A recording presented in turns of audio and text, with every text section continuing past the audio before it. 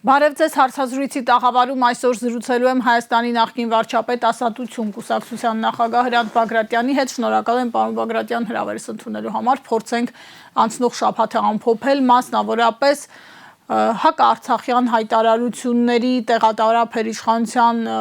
վերից վար բոլոր օղակների կողմից կարող ենք ասել վարչապետից մինչև падգամավորներ եւ նաեւ տեղեկատվական հոսքերը լի էին ազդակներով, որոնք Հայաստանի իշխանությունները գուցե փոխանցում էին Բաքվին ու Անկարային անելով հայտարարություններ, որոնցով հաստատում էին նրանց հերթական պահանջները սկսած Մինսկի խումբը լուծարելու պատրաստակամությունից, անմիջապես երբ այսպես կոչված խաղաղության համաձայնագիրը կստորագրեն, վերջացրած հենց այն հայտարարությամբ, որ ըստ Նիկոլ Փաշինյանի Արցախյան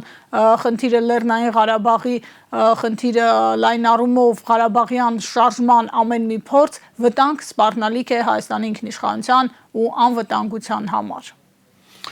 Նո, ինչ ասեմ, Փաշինյանը արդեն օգտագործում է Բաքվի լեքսիկոնը մեր նկատմամբ։ Կարծես թե Ալիևը խոսի։ Նույնիսկ Ալիևը երբեմն ավելի մեղմ է։ Գոնե Ալիևը մի երկու անգամ ասել է արցախցիները կարող են վերադառնալ։ Փաշինյանը այդպեսի բան չի ասել։ Փաշինյանի էվոլյուցիան, որպես այսպես ասած քաղաքական գործիչ, շատ տարօրինակ է։ Սկզբից ինքը հանդես էր գալիս ծայրահեղ նացիոնալիստ հայի կեցվածքով, սուր ուղղելով Ադրբեջանի եւ Հայաստանի այն մարդկանց դեմ, որոնք ըստ իրա թալանել են բանին, ժողովրդին։ 8 տարի աշխատելու ընթացքում ոչ մի դոլար այդ թալանից չի բերվել։ 8 տարի անցել։ Մի ավտոտնակ ու մի Range Rover։ Էդ էլ չի բերվել։ Դեռ դատարանը չի հաստատել։ Սխալ գիտեք, մի հատ էլ հեծանիվ կա։ Ինչ մեծ ձեռքբերում։ Հասկացաք։ Հաջորդը Փաշինյանը այս ընթացքում ծայրահեղ նացիոնալիստից դարձավ, այսպես ասած, ոչ բարենպաստ ազգային կերպարանքի առումով գործիչ։ Հետո Փաշինյանը դարձավ կապիտուլյանտ, հոխանձնող, հետո դարձավ թշնամի Հայաստանին։ Ինքը հիմա նոր դերակատարման մեջ է, ինքը պարզապես ադրբեջանցի է, ադրբեջանի գործակ, ինքը արդեն թշնամի էլ չի, ինքը Հայաստան, նա դավաճան չի, թշնամի չի։ Այդ ստադիաները ինքը անցել է։ Այսօր Ադրբեջանում նրան շատ լրատվամիջոցներ համատում են Ռասուլզադեի հետ։ Եթե գիտեք Ռասուլզադեն կարող են բացատրել ով էր։ Լսարանի համար բացատրել։ Մոլի Մուսաֆաթիստ, որը սանձազերծել էր 1918-1920 թվականի հայ-ադրբեջանական բախումները, որի ժամանակ շնորհիվ Նժդեի հաղթանակ տարանք։ Շնորհիվ Նժդեի, շնորհիվ Անդրանիկ Զորավարի եւ այլն։ Շնորհիվ Արցախյան ազատամարտիկների, 100 տարի առաջ, 106 տարի առաջ։ Ավելին, դառնալով Ռասուլ Զադեև կերպարանափոխվելով ադրբեջանցի, նա փորձում է ադրբեջանցի դարձնել նաեւ օրինակ Ալեն Սիմոնյանին։ Ալեն Սիմոնյանն ինձ հիշեցնում է Խան Խոյսկուն։ Այն ժամանակվա Մուսաֆաթիս կառավարության կարևորագույն դեմքերից մեկը։ Ադրբեջանցի է դարձնում Արադ Միրզանին։ Արադ Միրզանն ինձ հիշեցնում է Թոփչի Բաշիվին։ Հասկանում եք։ Սա այլևս եւ քանի որ իրանք արդեն ստանձնել են ադրբեջանցու դեր, իրանք փորձում են Ալիևին ապացուցել, որ իրանք ված չեն կատարում այդ դերը։ Որ իրանք արժանի են այն փողին, այն վարձատրությանը, որ իրանք ստանում են, իրանք անպայման վարձատրությունը ստանում, դա իմ կարծիքն է։ Այդպիսի բաներ հենց այնպես չեն արվում։ Հատկապես երբ որ մեր Գրիգորյանն ասում է հերթական սահմանազատման ժամանակն է, ուրեմն պետք է այն բանի հետ հանդիպել Մուստաֆայև հետ երբ փոխանցում։ Դա իմ կարծիքն է, ես կարծում եմ։ Ես չեմ կարող, եթե այդպես չէ, թող Վերկյանն ասի այդպես չէ, ես ներողություն խնդրեմ, ասում չէ։ Այլապես ի՞նչն է սահմանագծում, սահմանագծված պրծած սահմանը։ Խե սահմանագծում, ընկեր ջան։ Հենակ իրանցում սահմանագծեցի, որտեղ սահմանագծում կար, տվեց իր հող։ Իդեպ Բաքուն հպարտանում է, ասում է հետ ենք բերել մեր գյուղերը։ Հետ ենք բերել մեր գյուղ, որտեղ գյուղ չի եղել։ Այդ գյուղերը չի, այդ տարածքները Կիրանցի հենց գյուղի տարածքը նրանց գյուղերին չէր պատկանում։ Հետո Կիրանցում հայտարարեցին, ժողովուրդը մի քիչ զայրացել էր, ասին հեսա կտենակ բերքաբերում հետ են գալի, բայց երեք էլ վարչապետ հայտարարում է, հələ չգիտենք որտեղից սկսենք շարունակություն։ Դու ասել ես, չէ, հաջորդը բերքաբերնա, որտեղ իբր պիտի մեզ հող տան։ Այո։ Այս հիստերիայի մեջ Նիկոլ Փաշինյանը փորձում է ինչ-որ հիմք ստեղծել վերջի ճիկերնան պայքարելու։ Ում դեմ։ Ժողովրդի Նիկոլ Փաշինյանը չի պայքարում ադրբեջանական ժողովրդի, հայ ժողովրդի դեմ է պայքարում։ Տեսեք, երեք հայտարարում են մենք 6000 տարվա պատմություն ունենք։ Այսպիսի բան ամենածայրահեղ հայրենասերը Հայաստանում չի ասի, որտեղ մենք բոլորս ասում ենք, որ Հայաստանը հայ ժողովուրդը ունի 3.500 տարվա պատմություն։ Հասկանում եք, դա գալիս է մեր թվականից առաջ 16-րդ դարը հայասացեղն է, որը հետագայում, ասենք, բանի մի եւս 5 հիմնականում ուրարտացիների հետ զուլվեց եւ արդեն ուրարտուից հետո ամբողջովին կոչվեց ուրարտուն ինքը Արարատ է նշանակում, Ուրարատ։ Հասկանում եք, եւ դրանից արդեն առաջին անգամ արդեն Բեխեստումյան այդ գրագրության մեջ արձանագրություններում Հայաստան բառն է շեշտվում։ Դեռ Վրաստան չկա, Ադրբեջան չկա, բնականաբար չկա, հասկանում եք։ Հիմա ինքը հանգարց ժողովուրդը ասում է 6000 տարվա մենք ժողովուրդ ենք, այ քեզ մա։ 6000 տարի առաջ ոչ մի ժողովուրդ չի եղել։ Առաջին ժողովուրդը որ ձևավորվել է, պատմության մեջ պատմաբաններն թվաց, դա եգիպտացիներն են 5000 տարի առաջ։ Երկրորդ ժողովուրդը հնդիկներն են 4600 տարի առաջ։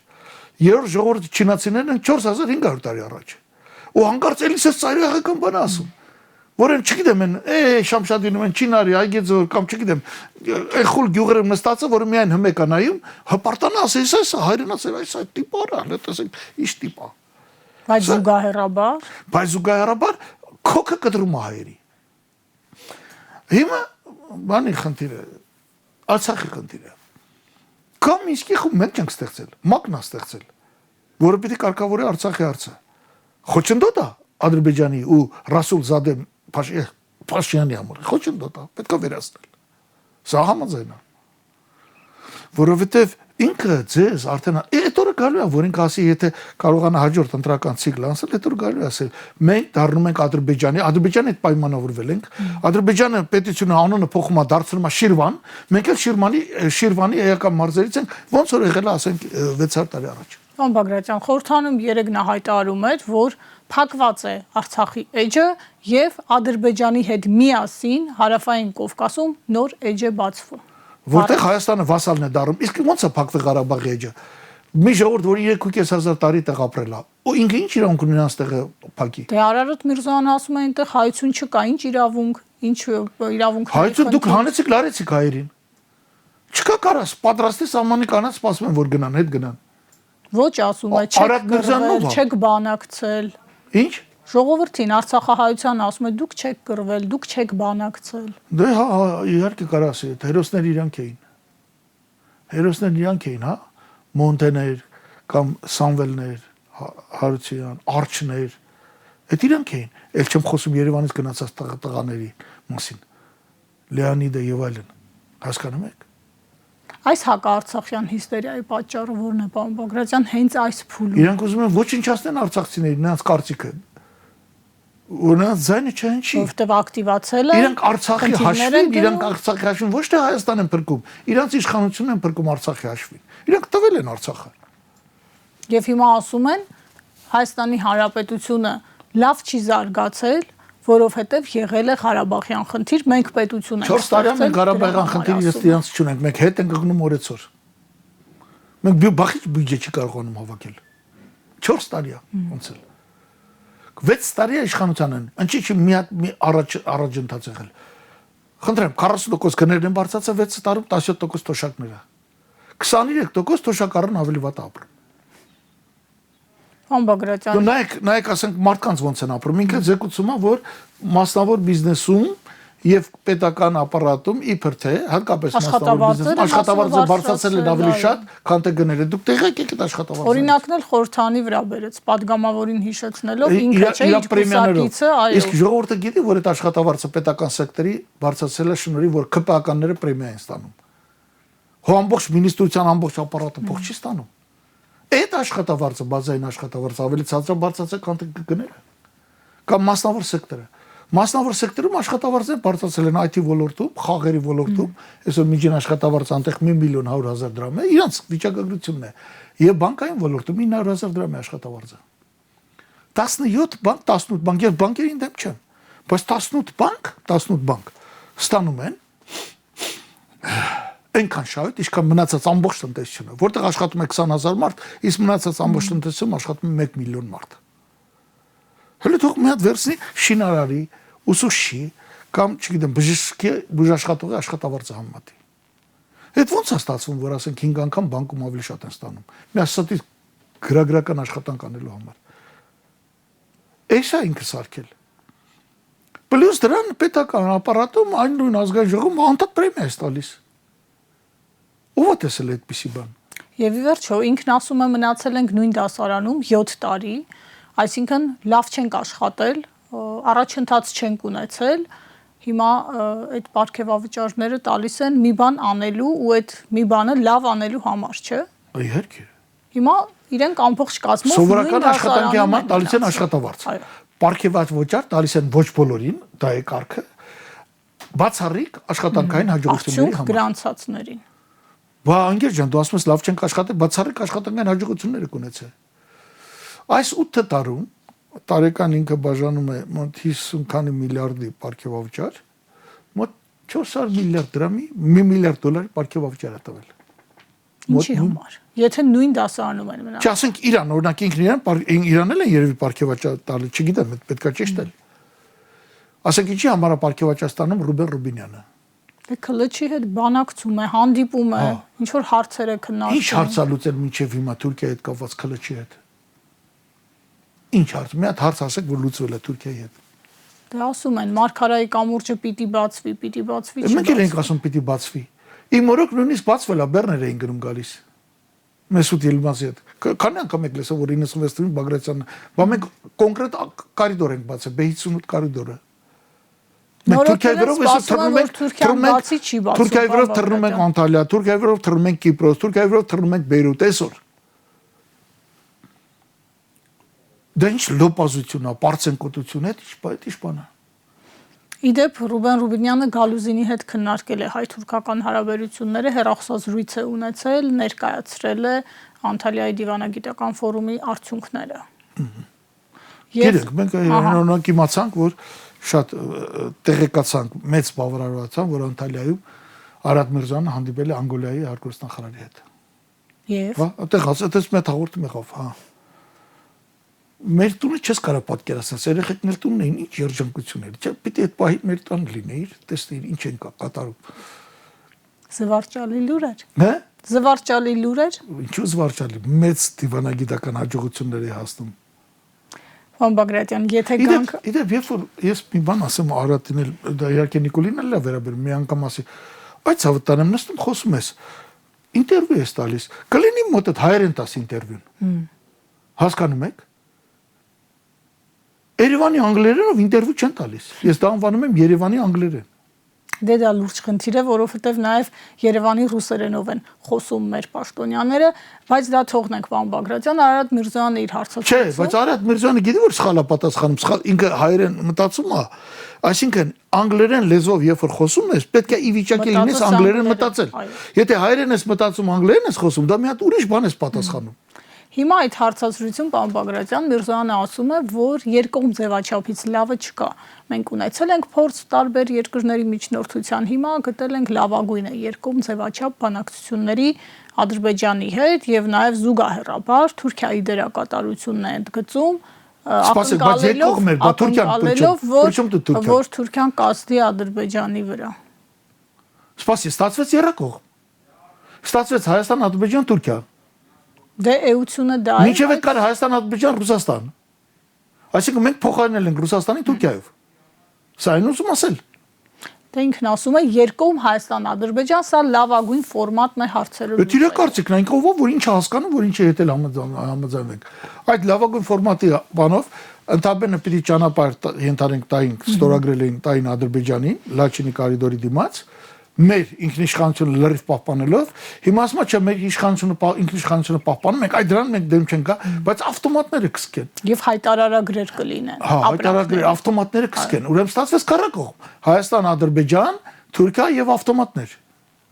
Ավտոմատ սարքավորումներ, քառակողմ։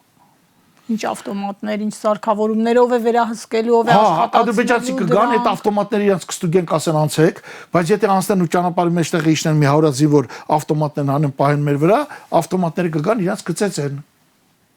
Պարոն Բագրատյան, Ադրբեջանն ասում է անխոչնդոտ ու անժամկետ ճանապարհ։ Շեշտում է հիմա նաև անժամկետ։ Հա, դա անժամկետ բառը չի եղել։ Նախկինում չի եղել։ Հիմա անխոչնդոտ բառը, ընդ որում անխոչնդոտ չի ընդհանրում առանց սահմանապահի եւ առանց բանի։ Եվ ընդվարս նախկինում էլ ասում էր այդ ճանապարհը որտակ դիմացը դուք եք ստանալու հայր։ Հիմա դա վերացրել է։ Այս Արարատ Միրզյանի պատմական ծառայությունը հայ ժողովրդին։ Հիմա այս ձևակերպումով Բաքուն ինչ է ուզում։ Հիմա միջանցք չեն ասում են անխոչնդոտ եւ անժամկետ ճանապարհ։ Այսինքն երաշխիքներ, որ այս իշխանությունից Այսինքն հայկական իշխանությունը ասում է միջանցք բառը մի ասեք հերիքա։ Իրականում միջանցքից էլ բետար, որովհետեւ միջանցքները չեն լինում անխոչնդոտ անժամկետ։ Այսինքն սա այն է, ինչ Ալեն Սիմոնյանն ասում էր, դե ինչ էլ լինի իրենք ասելու են միջանցք։ Նախորդ Ալեն Սիմոնյանը քննարկել է ադրբեջանցիների հետ։ Ադրբեջանցիք ասել են, ասա, որ ինչ էլ լինի, մենք ասելու ենք միջանցք կմարսես։ Ես նորից եմ ասում, հանձինս Փաշինյանի, Ալեն Սիմոնյանի, Արարատ Միրզյանի, մենք ունենք ադրբեջանական գործիչներ։ Հիմա գնում է ԿՊ-ի ադրբեջանականացումը, այդ բանը ասում է Խանդայանի վրա,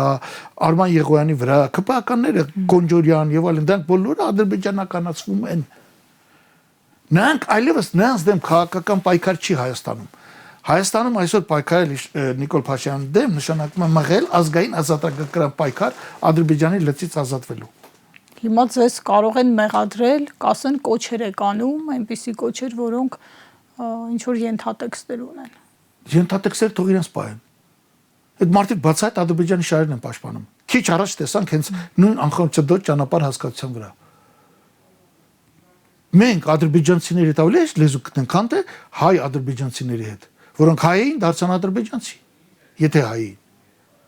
Պարոն Բագրատյան, սահմանադրությունը փոխել է Ադրբեջանի առանցքային պահանջներից է,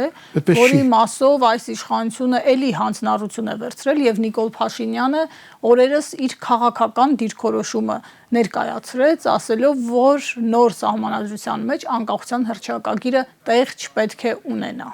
Հիմա ինչով է խանգարում անկախության հռչակագրի հղումը սահմանադրությանը Ադրբեջանին ու Փաշինյանին։ Եկեք փորձենք հասկանալ։ Ես կարծում եմ, որ Փաշինյանն է խանգարում, որովհետև նայեք, անկախության հռչակագրի սահմանադրության, մեր սահմանադրության նախաբանում, ներածությունում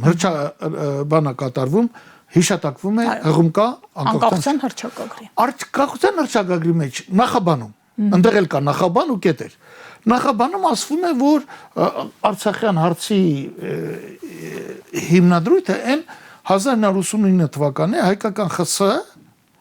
եւ Արցախի Լեռնային Ղարաբաղի ժողովրդական դեպուտատների այդ ժողովի բանն է, որ հռչակել է միավորում։ Հիմա ասենք նոր սահմանադրությունը չկա այդ կետը։ Ես հիմա մանրամասը կտեսնենք։ Համարենք, որ չկա։ Նիկոլ Փաշինյանը ընդունել է նոր։ Ասենք այդ կետը չկա, ուրեմն այդ որոշումը չի եղել։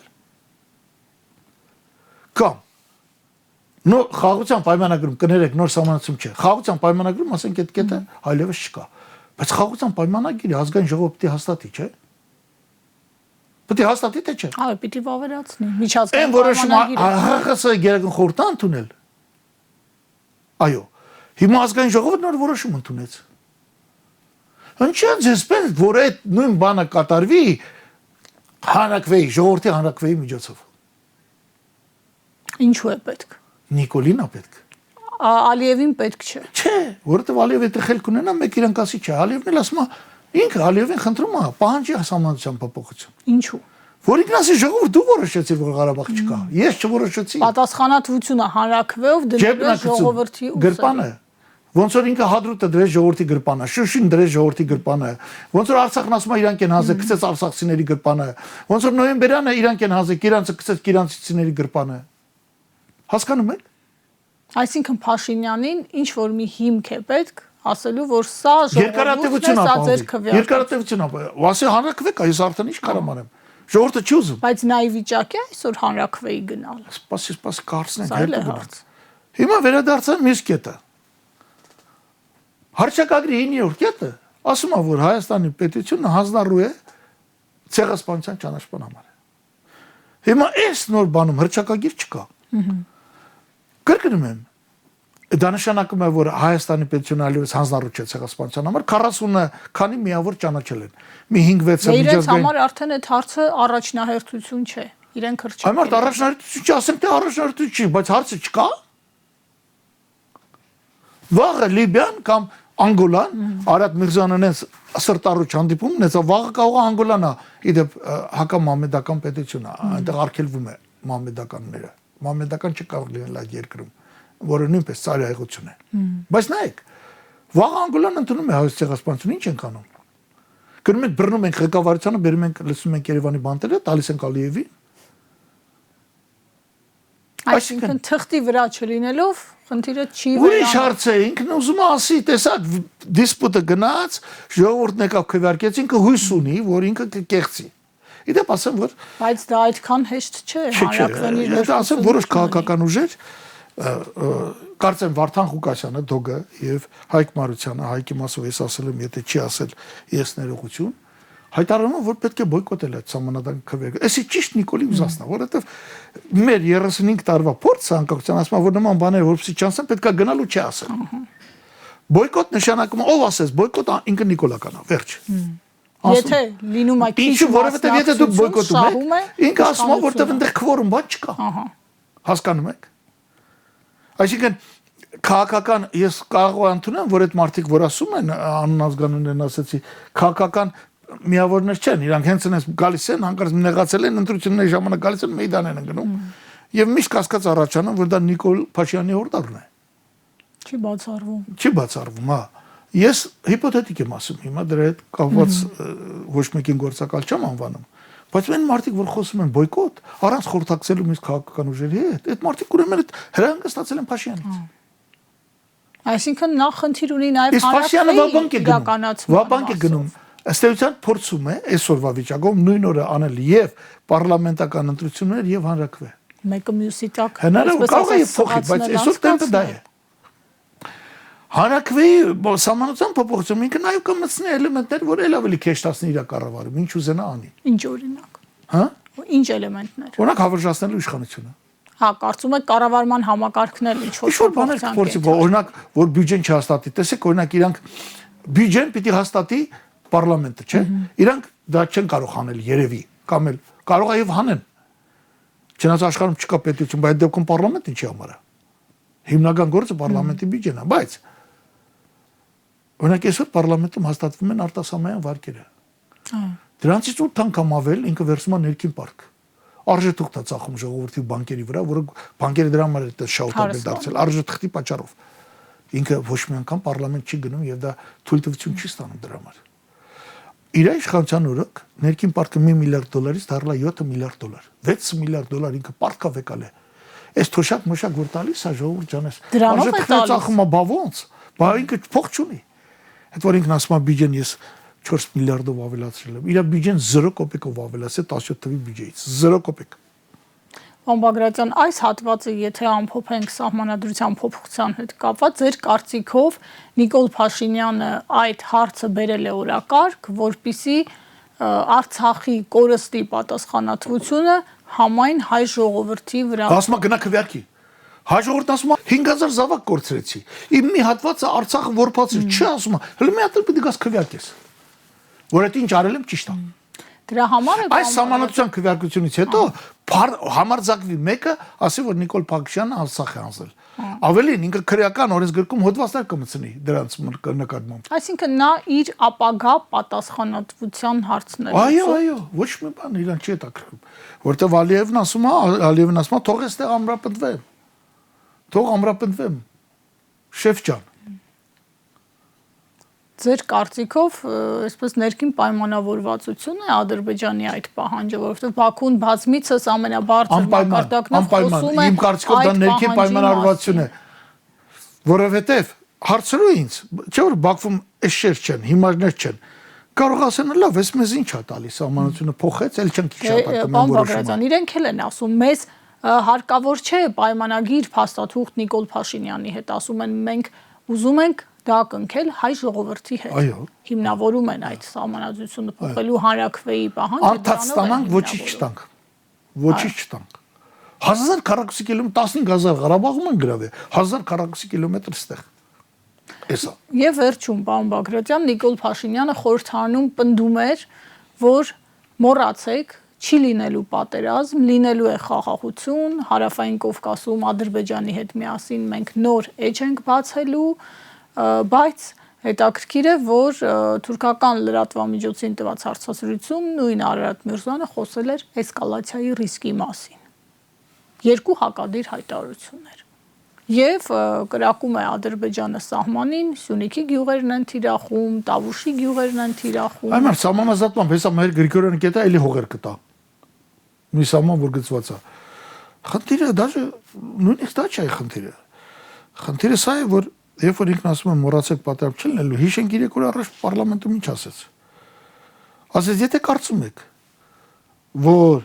մեր անվտանգության, խաղաղության երաշխիքը բանակն է, հիշեք, որ մենք բանակ չունենք։ Դա ինչ է նշանակում։ 8 տարի աշխատում, ուրեմն բանակ չունի։ Չի կարողանում բանակ ստեղծել։ Տարեկան բանակի վրա ծախսելով